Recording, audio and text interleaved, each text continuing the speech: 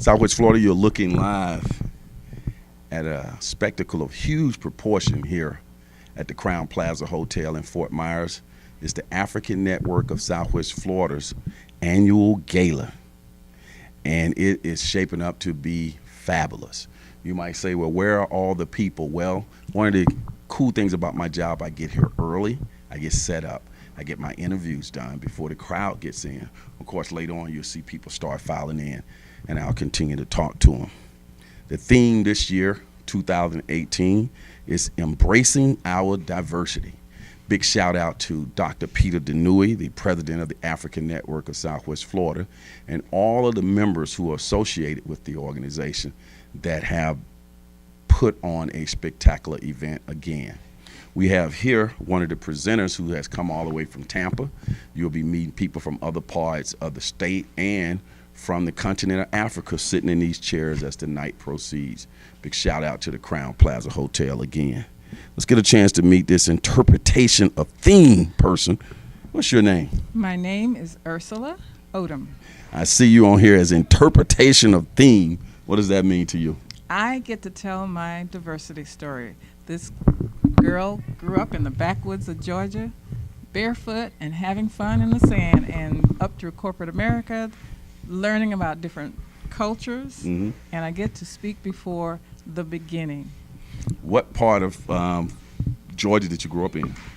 29 miles north of Savannah. Okay, so you're a basic country girl. And since that time, you traveled the world and experienced a lot of things since then? Yes, I have. What has stood out to you as particularly as it relates to the African culture? Given this environment, I go back to when I was in college, and I went to London and met my first African. And it happened to be someone that was like the Spike Lee of Nigeria. Okay. And that was a wonderful experience.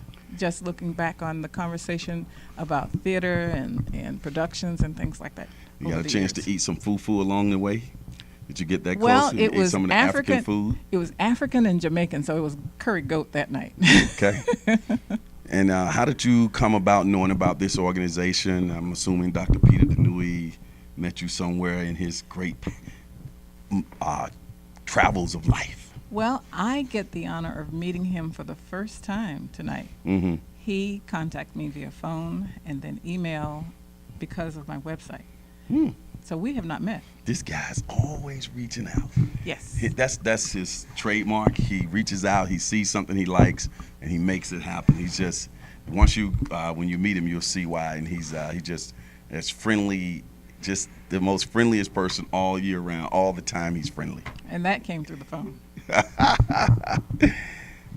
Have you been to a gala of this kind of concept to your knowledge? No, I have not. I'm extremely excited about tonight because it will be another experience that I will take with me for the rest of my life. I know that already.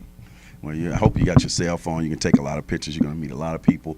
They're going to come in dressed in their African, traditional African garb. A lot of non-Africans will be wearing it as well. I mean, I'm a non-African in the sense I was born here in America, but I'm an African, as you well know, in terms of where my ancestors trace me back to. And I'm sure you're an African as well. You look like one. 93% according to Ancestry.com. You're a 93% African. What's the other portion?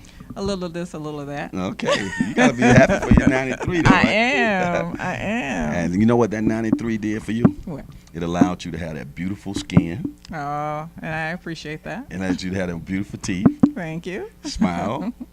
And the brain that would make anybody jealous, the great brain of Africa.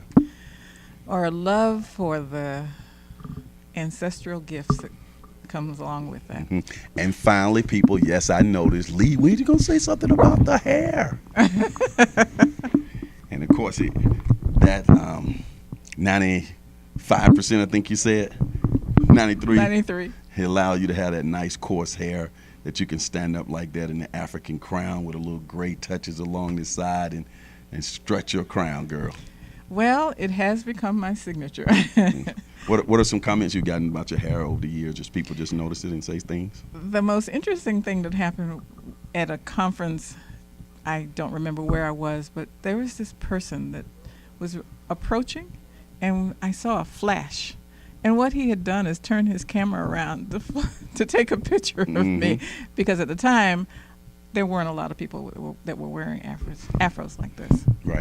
I'm often astonished that, I remember when the afro was out in a big way in the 60s and 70s, and then it just kind of disappeared. And it's that one hairstyle that we Africans can wear that nobody else can really wear. Is our natural hair. And I see it's like a little renaissance now with the younger generation starting to wear it, but it seems like it just should be standard. It should be. It really should. Let's take a look. You dress pretty elegant, and you look very African as well in your relaxed after 5 look. What did you put together there? Well, it's a little velvet and a little sequin. Okay. I heard that there was going to be dancing, so I want something that'll move. All right, so there will be some dancing, and you got your little Michael Jackson going on. Hey. When you make your presentation tonight, what are some things you're going to try to get across to this large audience of about 350 people? Don't get nervous now. Well, one of the things I want to share is my culture being from the backwoods of Georgia. And my grandmother, and the fact that I know that my great-great-grandmother, her father, came from Africa. And at one point in time, there was an African, an Indian, a West Indian, a biracial, all in one household. Wow. So that must have been fascinating. So to have that kind of exposure tonight, I'm looking forward to it. Well, I'm looking forward to your presentation as well. What do you hope that you would take from here tonight? I know you never experienced one, but just as you beginning to get a feel for the concept, what kind of things you expecting to see take place? I'm not prejudging. I'm waiting to see and learn, and I keep an open mind just to see what I don't know. You don't know what you don't know, so right. I'm just going to take it in and learn. Open book. I understand that you've written some books and things of that nature. How can name a couple of your books and how people may Google you and find out more about you? My first book was At Soulless Feet. My grandmother's name is Ersula, and Sula was her nickname, and I am Ersula, so I am Sula too. And it's the life lessons learned at my grandmother's feet. She was a witty, thoughtful, wise woman that I love dearly. So she's there all through me and all through my book. And then the other book that I wrote was African Americans of Tampa. And I went through 15,000 photographs looking for those photographs that could tell the story that has been hidden. You have names of people on buildings and you have no idea who those people are.